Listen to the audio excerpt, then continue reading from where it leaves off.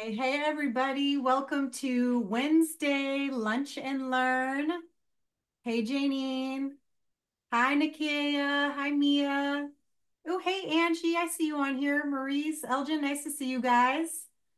Oh, we got a good one of love today. It's a nice group.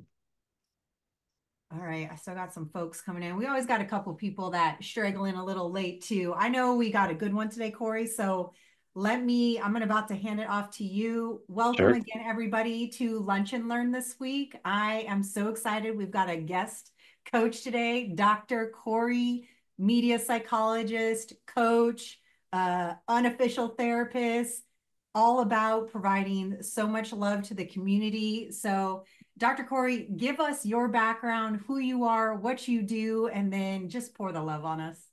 Absolutely. Well, good afternoon, everyone. Thank you so much, Dr. Sharon, for having me. Um, Dr. Sharon and I go way back. I was trying to think earlier today, like when we actually first met, but it's been at least 10 years.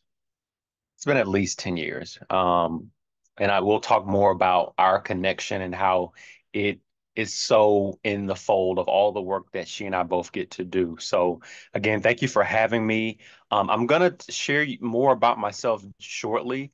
Uh, Dr. Sharon, can you give me hosting capabilities and then I will pull up some things I want to share with you guys today. Um, Beautiful. So, let me share my screen, and then we'll get rocking and rolling. Beautiful, beautiful. Expand it a little bit so I can see. There we go. All right, thumbs up if you can see my screen. Beautiful, beautiful. All right, so you know why we're gathered here today, right? The title of today's Lunch and Learn is Boost Your Cause, Social Media Strategies for Nonprofit Success. So you're in the right place. Thank you for folks who might still be joining. We're going to go ahead and jump in so that I can really maximize this hour that I have with you today. So what can you expect from this workshop, right? So one thing that I want to spend some time today is really looking at identifying and appealing to donors on social media. I know you all know that none of what we do is possible without donations, right? So we want to spend some time looking at how to identify and appeal to donors using social media. Number two, how to build a campaign for social media with a call to action, right? So you're probably starting to pick up that we're going to be working. This is going to be a work while we lunch session. Any workshop I ever do, I want you thinking about your own nonprofit, your own business, however you can make what we're doing today applicable to you. I want you to do that. Okay, so we're going to spend some time looking at how to build a campaign for social media.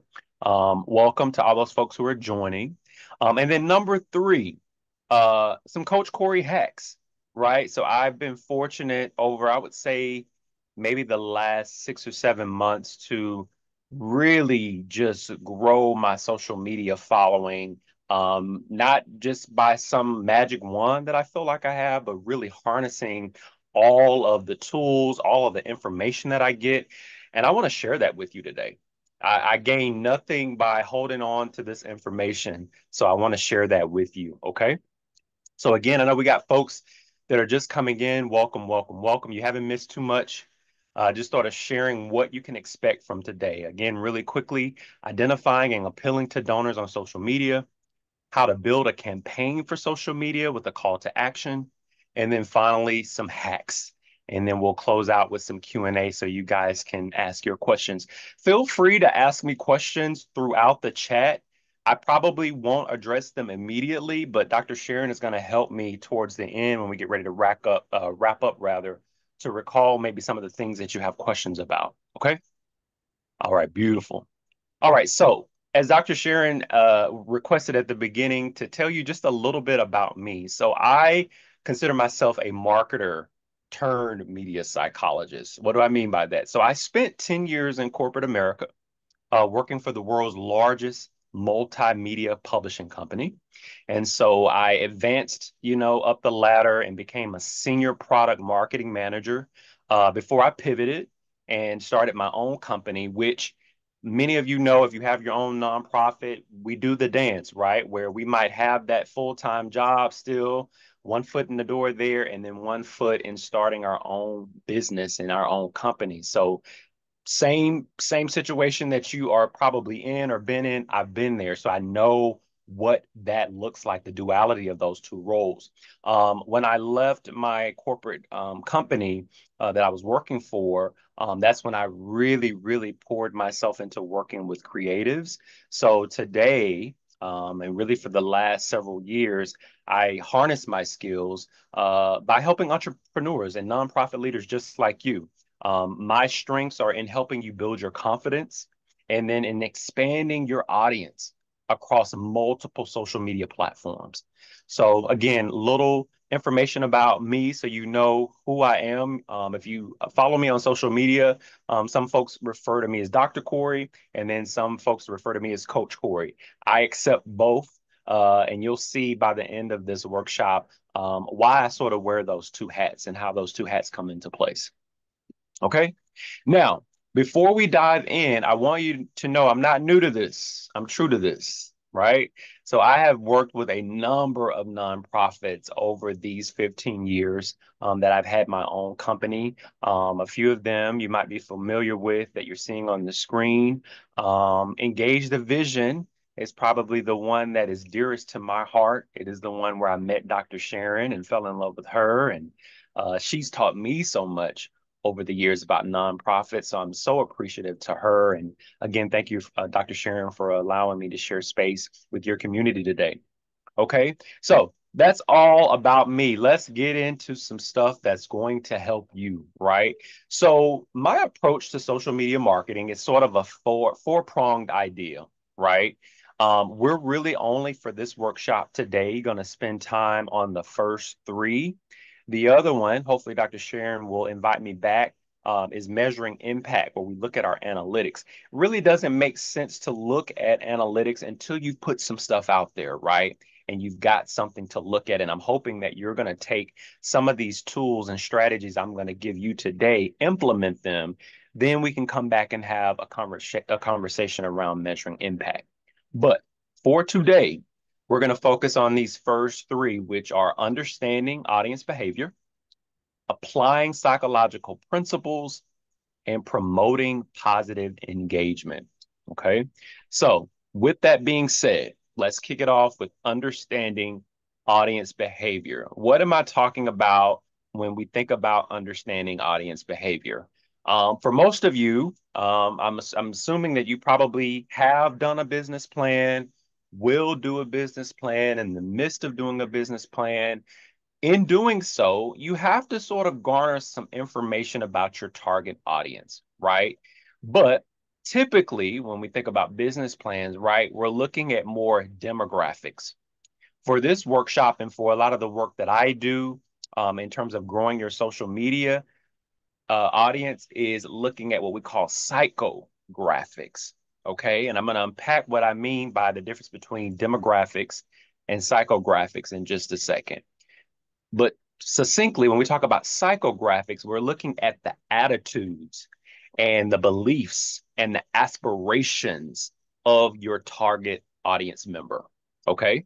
So, what I've done, again, this is going to be sort of a working workshop. So I'm hoping that you guys will share in the activity experience with me. Okay.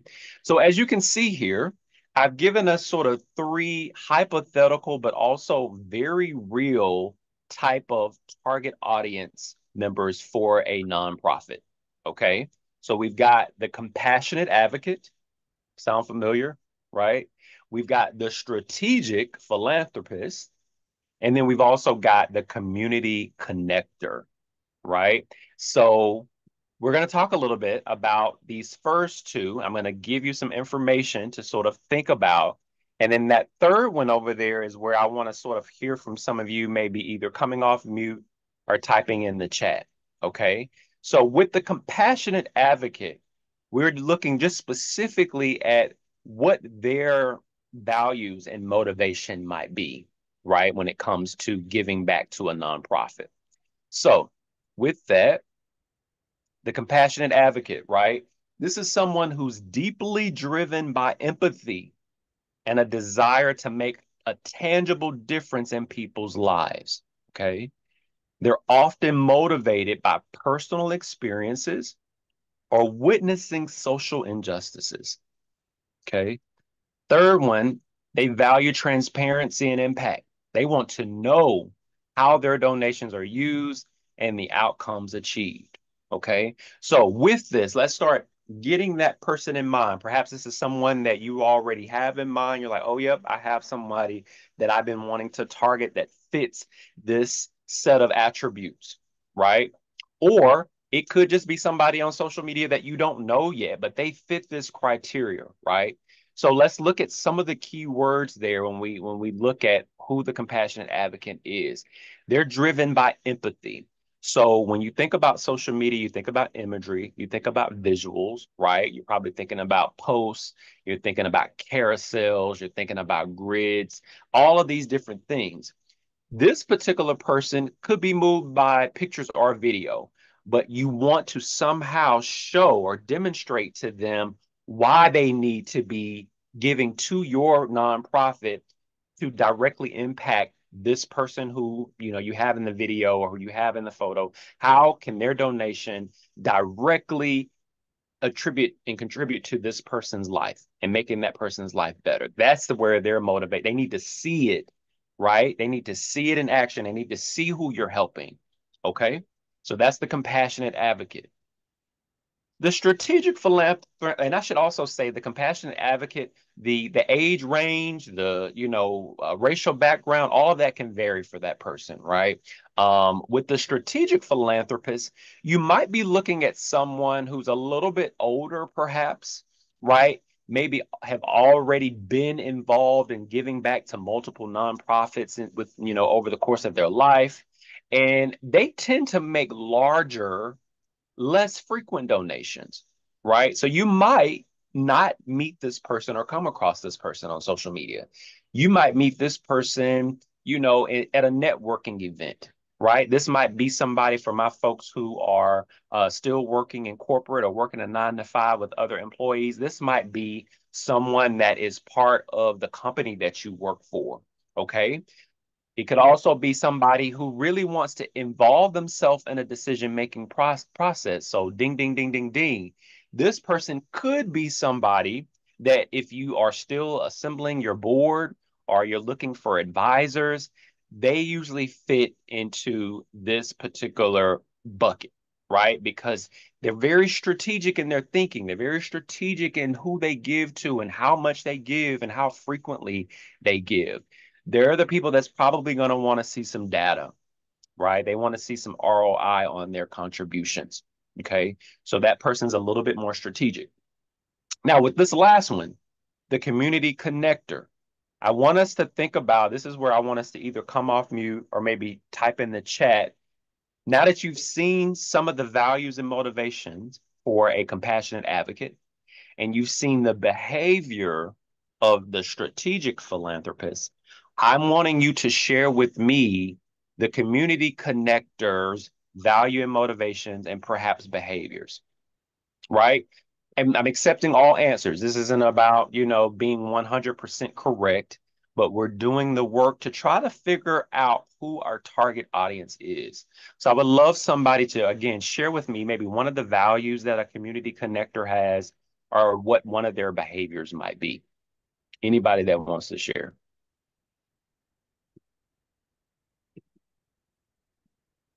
And I see names up here, so I don't mind calling out some people.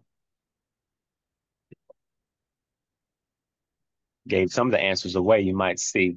Anybody, any thoughts, ideas about the community connector? What might one of their values be? The answer for that is sort of in the title. They Their are re- interested. Oh, go ahead. Whoever wants to share. their relationship with the Yeah. people. Relationships with the people, absolutely. They're concerned about the community. So this isn't going to be the people necessarily that are wanting to give to the school in Africa, right? They might have a heart for those kids in that in those communities over there, but they're more so concerned. I'll use my neighborhood, for example, Inglewood, or they might be concerned about what you're doing in Long Beach or Compton. They want to see, like, in their immediate environment, what are you doing there? Where can they serve and help there? Okay. And then one more, if somebody maybe wants to share out what's a behavior that a community connector might have. What's something that they would do? When we look at that strategic philanthropist list, what's something the community connector might be looking to actually do?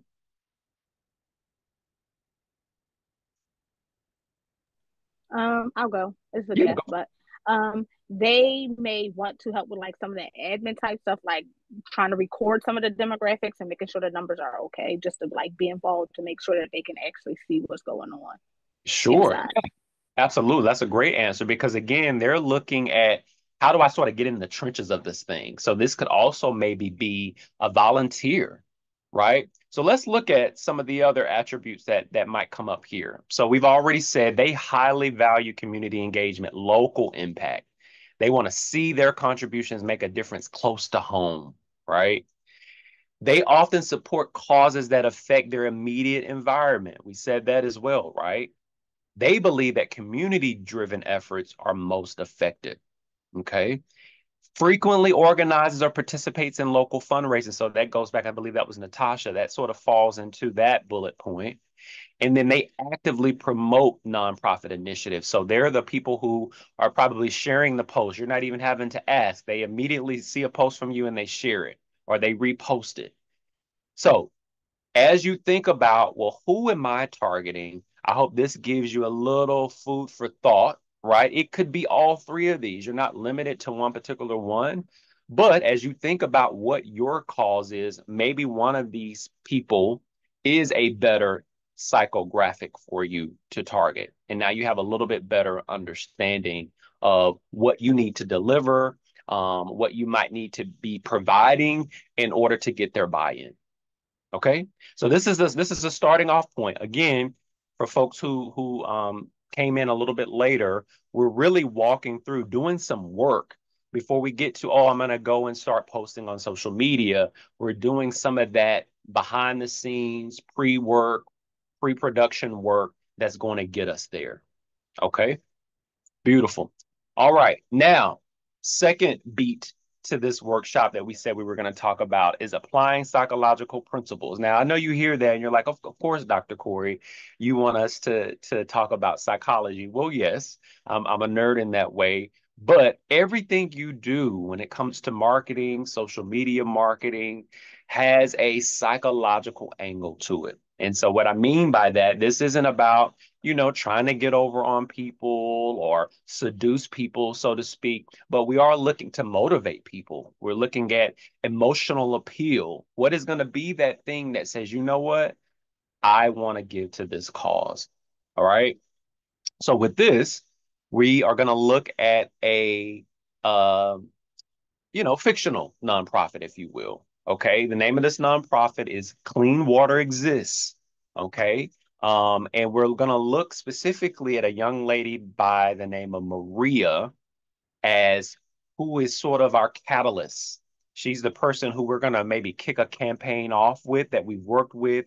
Maybe our nonprofit has served them in some impactful way. And now we want to use Maria to move and motivate people to give to our nonprofit. Okay. All right. So let's look at the scenario. Again, Clean Water Exists is the name of the fictional nonprofit. And we're going to build a campaign for them. Okay. Again, as I shared at the beginning of the call, in case you missed it, I want you thinking about your own nonprofit through the lens of some of the things that I'm sharing with you. Okay. All right. So the idea here is highlighting those who have been impacted by your nonprofit the past 6 months. So in this scenario, we're sort of thinking that maybe you launched your nonprofit or you got your 501c status towards the end of last year and you're in it now. You're doing the things, you're trying to build up your donations, you're expanding your reach, all of those things. So we're looking at anything that you could have collected over these past 6 months in terms of assets. How do we now harness that and put that into a campaign? Okay. I'll give you a little bit more intel though, right? I said Maria was going to be our person that we're going to showcase to kick this campaign off. So here's a little bit about Maria. She's in a small remote village in Guatemala. She's 10 years old, and she used to walk miles each day to fetch water from a contaminated river. This water, the only source available to her family, often made them sick, preventing Maria from attending school regularly and affecting their overall quality of life. So right off top, clearly there was a need for clean water exists. Yay. That's the work of grassroots nonprofits, right?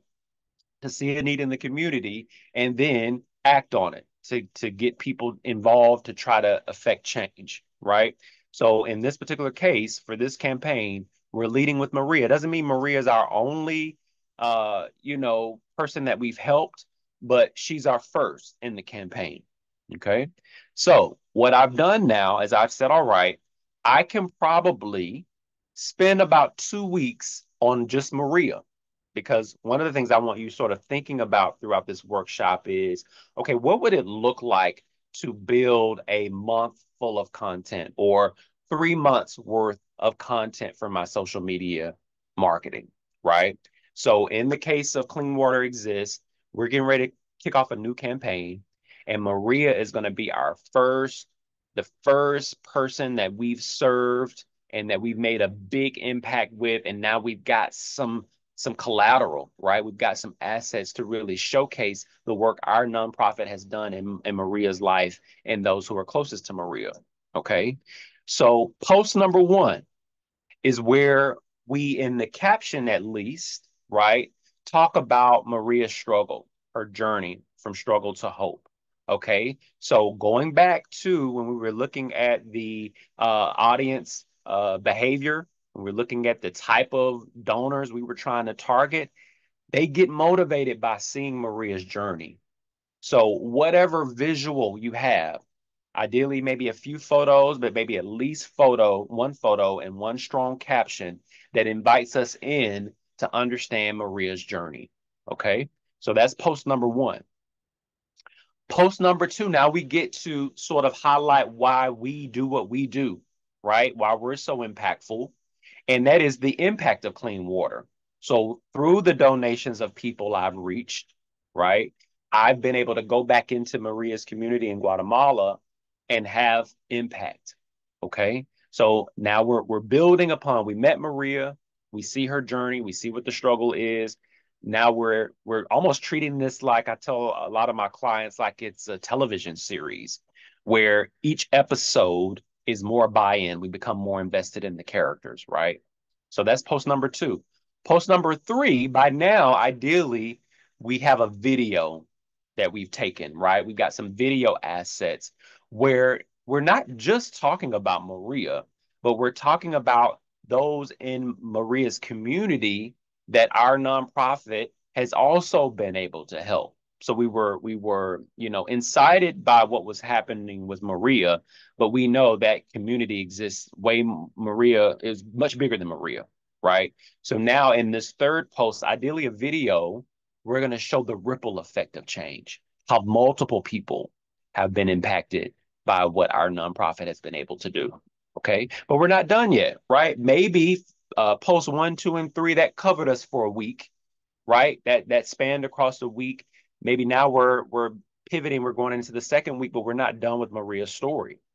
So now we look at the impact of more clean water. Is there another Maria in the community that we can showcase? Maybe we can showcase some of Maria's family members, right? And how they've been impacted by more clean water. Lastly, right, is that call to action, joining us and making a difference. Now, mind you, somebody could have given you a major donation right off top. The moment they saw that picture of Maria and they saw, oh, it's real. Maria is in dire need of resources. They may have already given. However, other people who, the post starts to get shared more and more, maybe it's turning viral at this point. Now, more and more people are joining in, right? And so by the end of this thing and throughout, is that call to action to, hey, we can make even more impact, greater impact with your contributions. Okay. So again, just one example of a fictional nonprofit organization. I want you to take just a second, right? Because I've been talking at you a good bit. If you haven't already been jotting some things down, I want you to think about, who is your Maria? Who is just one person? Maybe, and I've told folks this before, maybe you haven't met your Maria yet, and that's okay, right? But who was the person that inspired you maybe to even start your nonprofit? When did that happen? What did that journey look like? Maybe that is your campaign kickoff of how you got inspired to do the work that you're doing. As you're jotting down maybe a couple of ideas that are coming up for you, I'll share with you another quick story about a young lady I recently met. She works with youth who have, gone through the adoption cycle.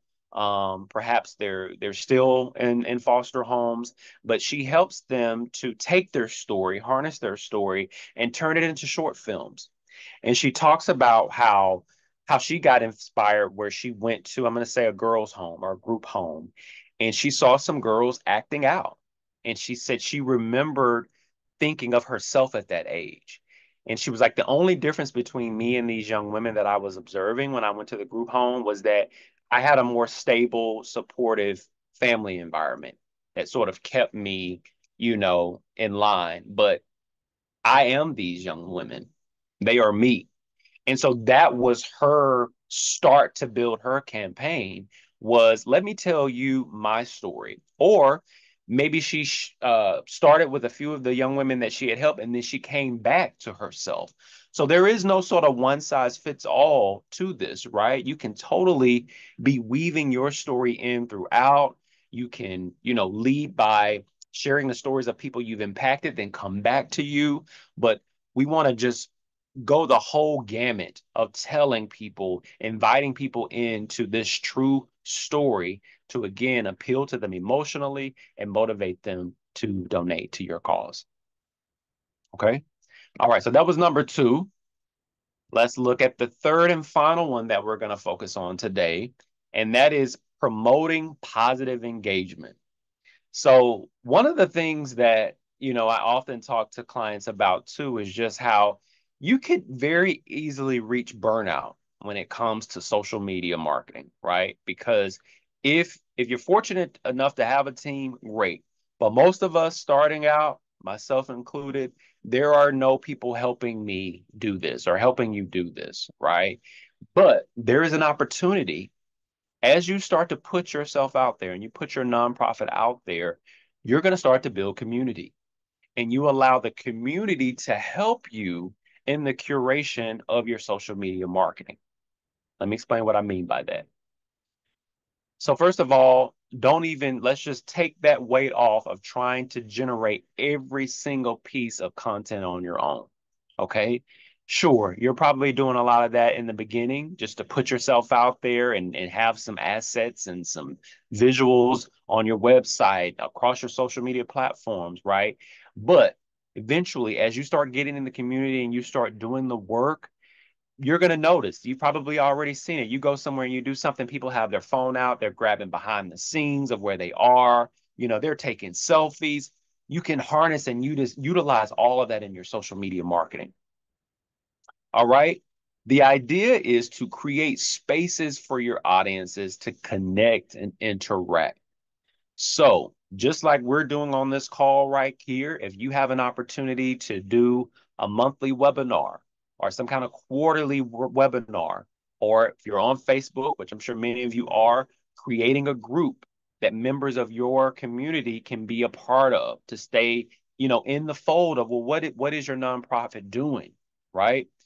Live Q&A, going live on Instagram is a great strategy. TikTok, another place to go live to tell people about your nonprofit. But you've got to create these spaces, right?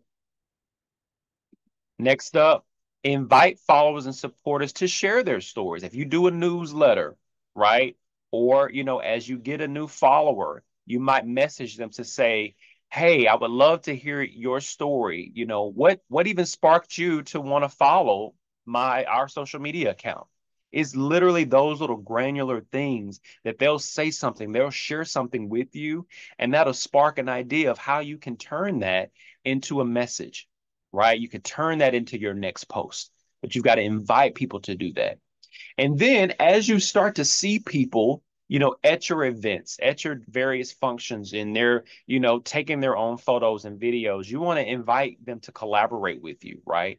If they do a post, tell them to tag you, right? And then again, those days where, let's get real, some days you're not going to have something to post, right? There are going to be days where you're not motivated to create content. You're allowing your community to help you in this process. Okay. So again, let's recap really quickly some of the things we talked about just on this brief time we've had together, right? So understanding audience behavior, that's key, right? We now know the difference between demographics and psychographics. And we established that the psychographics is really about understanding the attitudes, the beliefs, and the values really that your target audience has. Okay. We looked at applying some of those psychological principles. We talked about the importance of persuasion, emotional appeal through the imagery, through the visuals that you're sharing out, right? We looked at Maria. We built a campaign around Maria, right? The little 10-year-old girl who needed access to clean water. And we took Maria's story and built out about 2 weeks worth of content just on that one person that we've helped and impacted. And then lastly, we looked at promoting positive engagement, creating spaces for your community to chime in, collaborate, tag you, right? Share their stories with you about why they were so motivated to give or even follow your social media account. Okay. All right. I'm going to pause for a second before I kind of go into my third and final bucket, which is some hacks that I want to share with you and to see what's coming up for you. Does anybody want to share if either one of those buckets really sparked something in you? When you think about the psychographics of your target audience, some of the psychological principles that we use for Maria's campaign, thinking about how you can sort of leverage those with your own campaign, and then promoting positive engagement, any successes that maybe you've already experienced in doing some of those things to promote positive engagement. I would love to hear from someone.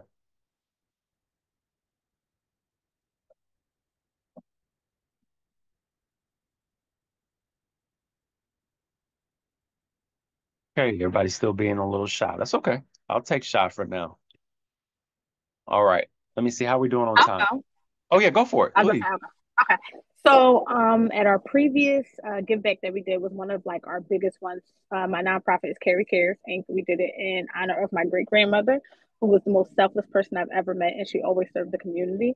That's my plug. But so we had a give back where we serve the community. We feed mostly unhoused and homeless community members in Center City, Philadelphia.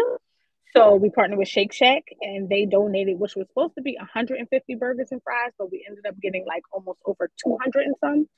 So from that give back that we just previously did, we had a couple people that stopped by, talked to us, and they asked for our cards. We gave them their cards, and now they do have other businesses that we're going to partner with. So that was one that we were really happy about. A police officer actually stopped by. He was like, "I'm going to give you guys all of our community plugs, the Inquirer, different things like that." So just from that, we got a couple different avenues that we could use later, and hopefully will get us some more donations and build some good relationships.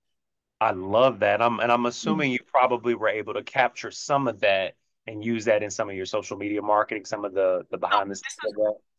We did. So this is our first one that we actually had a professional videographer. So he did interviews and all types of stuff. It was actually our great grandmother's birthday month. So she was born July 4th.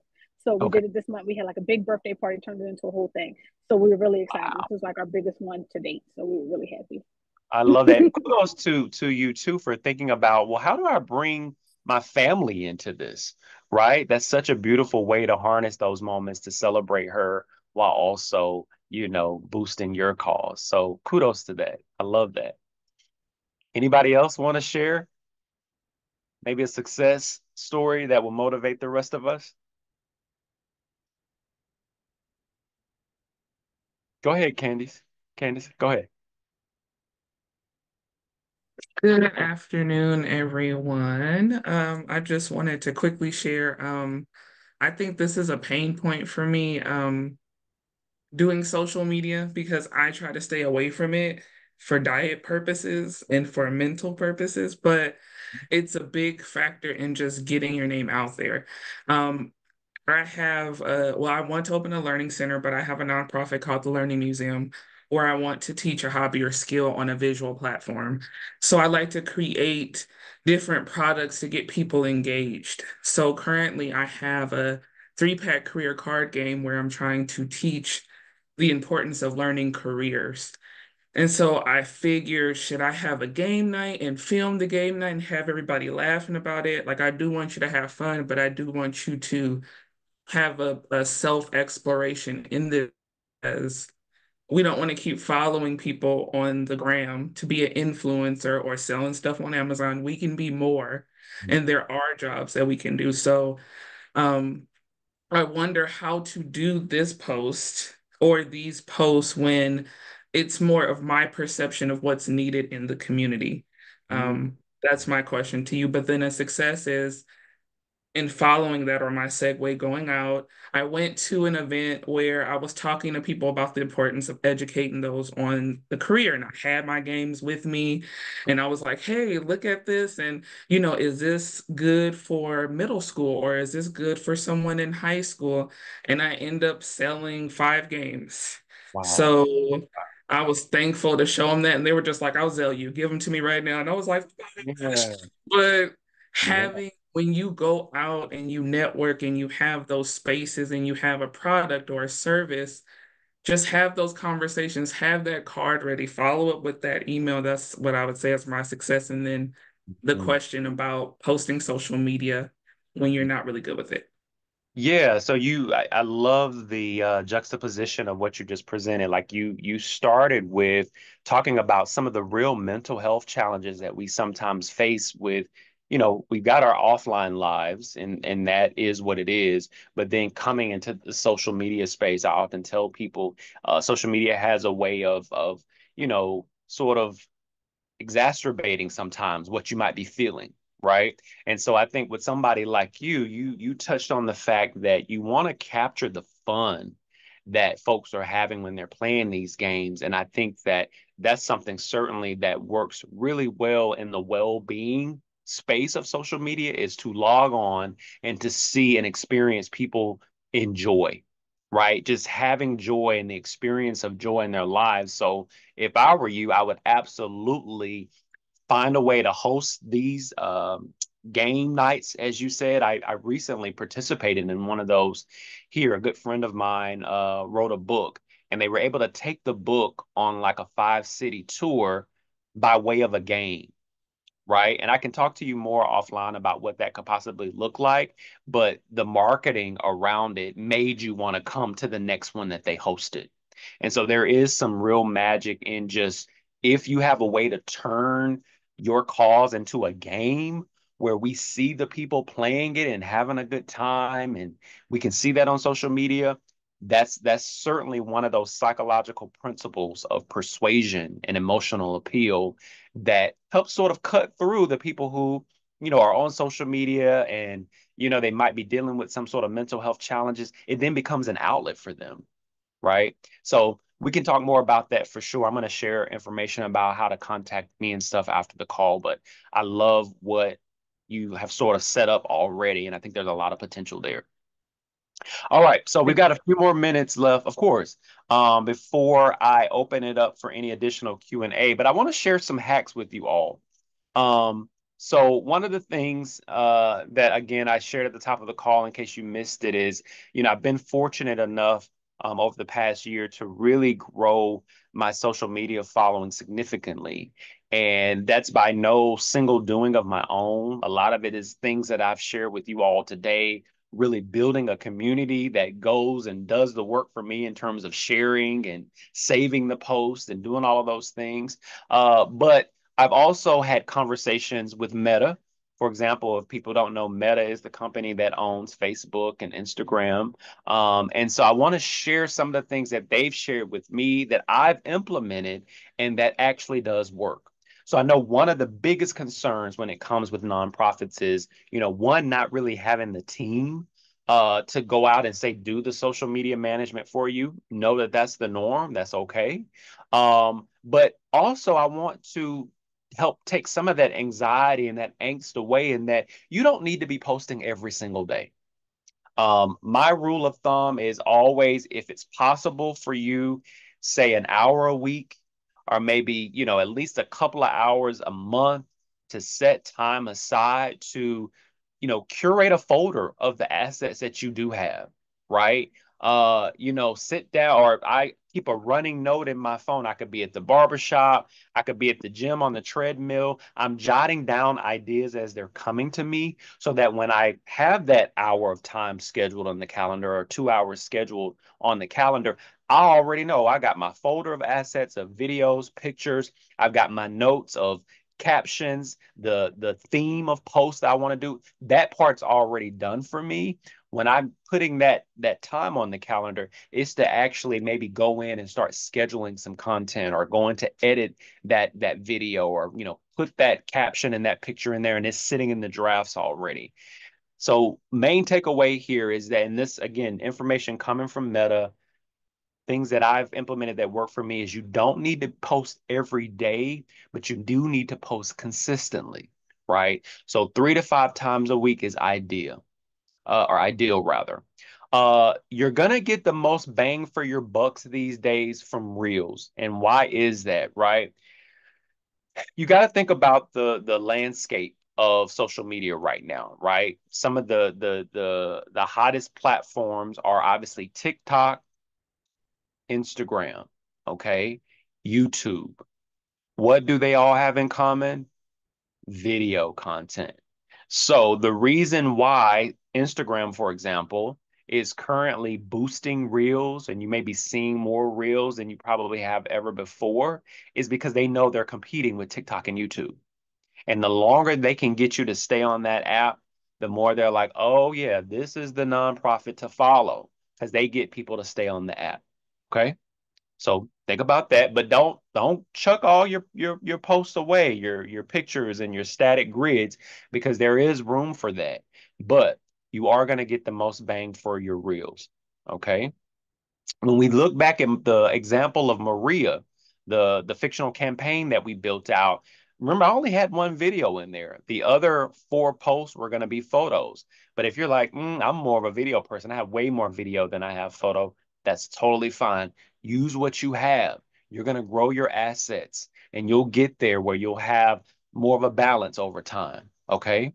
Don't post multiple times in one day. It doesn't really behoove you to do that, right? No significant gain of followers by posting multiple times a day. If anything, people might try to start muting you because every time they log onto the app, they're seeing stuff from you.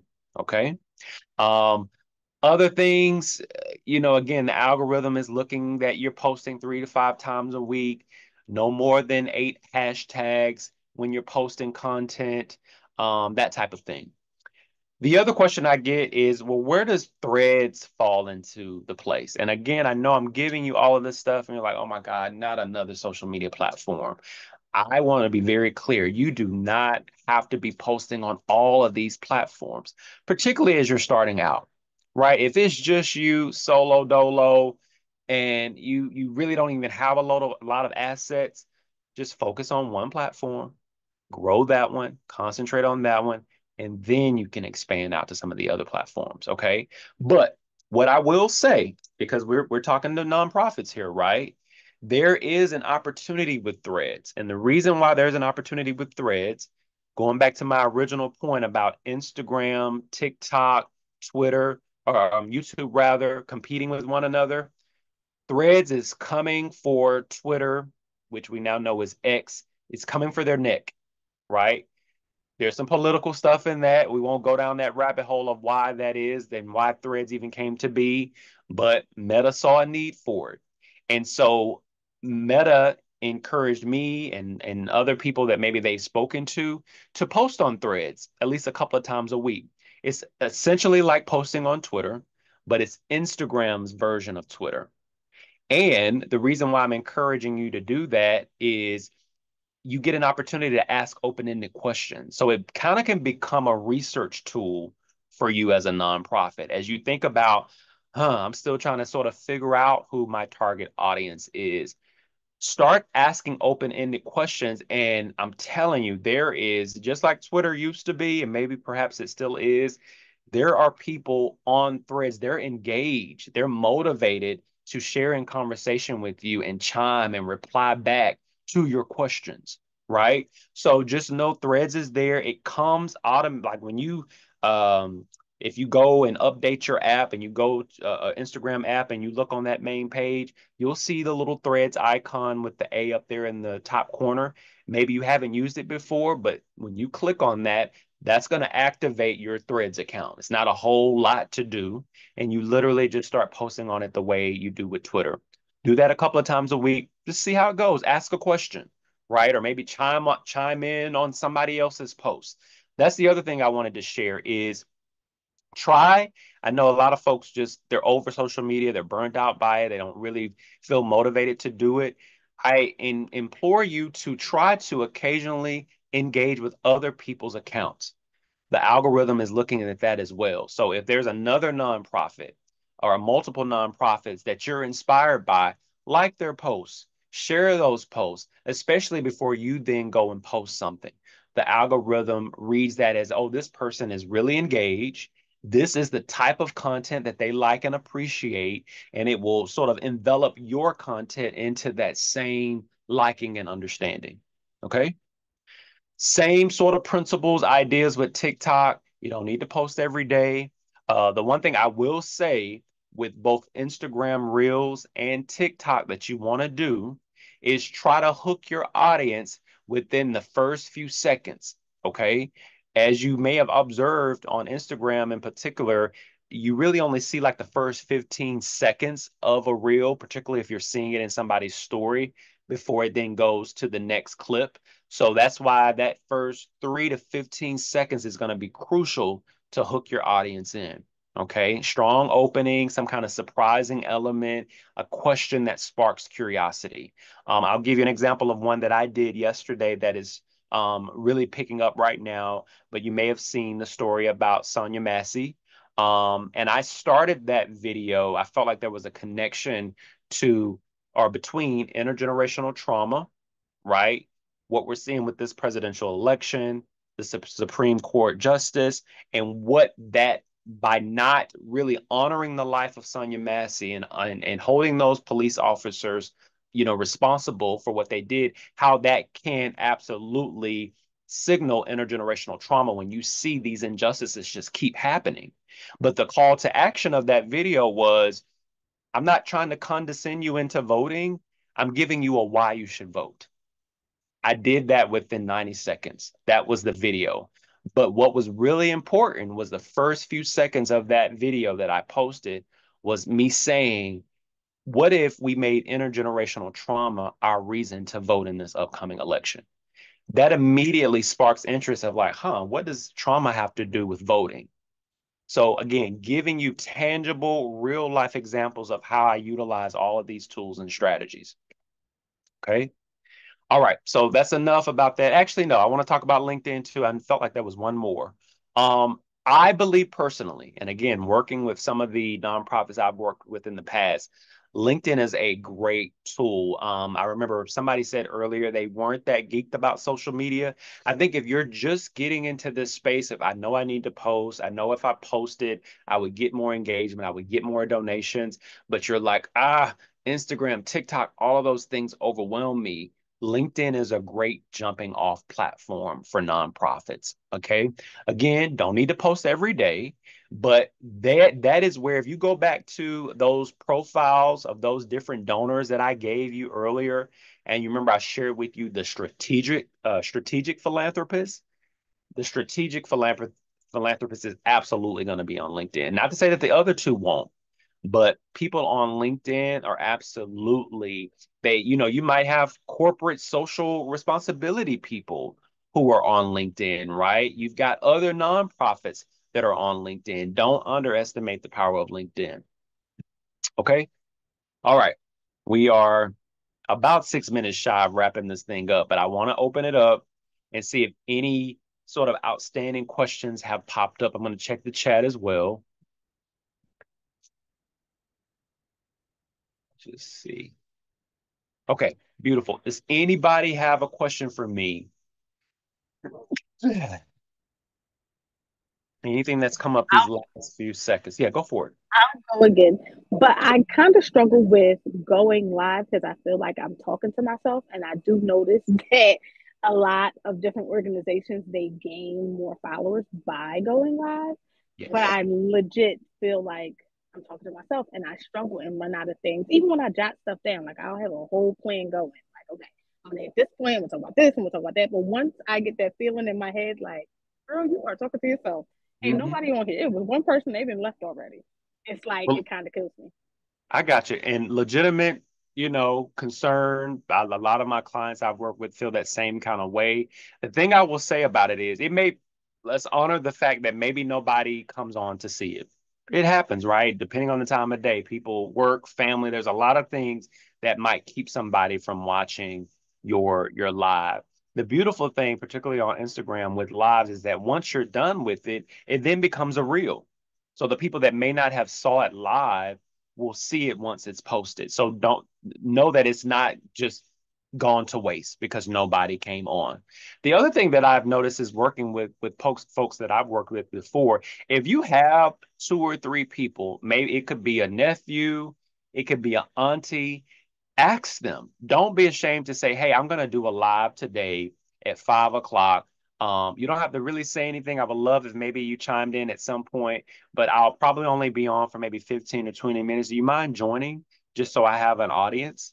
Don't be ashamed to ask people. I promise you, I have clients that have a group of like 5 or 6 people. Sometimes they'll create a thread within their Instagram messages to say, hey guys, I just did a new post. Please like and save or share it for me. Nothing wrong with this. We realize we're playing an algorithm game. Anybody that's an entrepreneur or running a business knows that you have to play the game of the algorithm. So don't be ashamed to ask people to join your live. If they have to jump off, it's okay because what's going to happen after that live is done, it's going to be available as a reel that can live on your page anyway. Okay. Or anybody else before we get ready to close out here? All right. So here's the thing, right? I want you to walk away. Hopefully you've got some tools. Hopefully you got some strategies, some things you haven't thought about before that now that brain is percolating.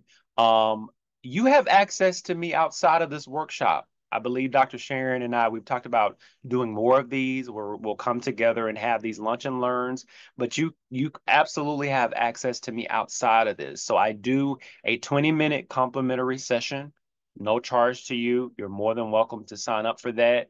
All you need to do is go to my website. It is CoreyEmmanuel.com.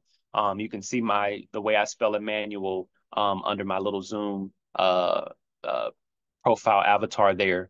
But go to my website, CoreyEmmanuel.com. You'll see the book a session option. And that will prompt me to know to get in touch with you. We can schedule a time. If you end up signing up with any kind of service from me, and again, we'll talk about my various services during your complimentary call, the ones that make sense for you. I'm going to give you, as a result of being on this call today, I'm going to give you a complimentary social media assessment. It's going to come part of you signing up for whatever package or whatever service that you might get from me.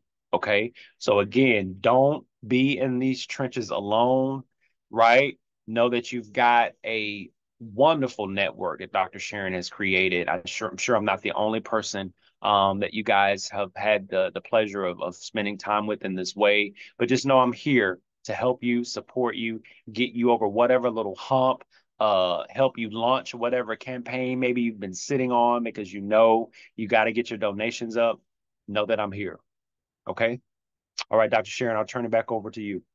Awesome. Thank you so much. Does anyone have any questions that they want to ask Dr. Corey? We've got about anything. Literally, this guy can answer questions on anything.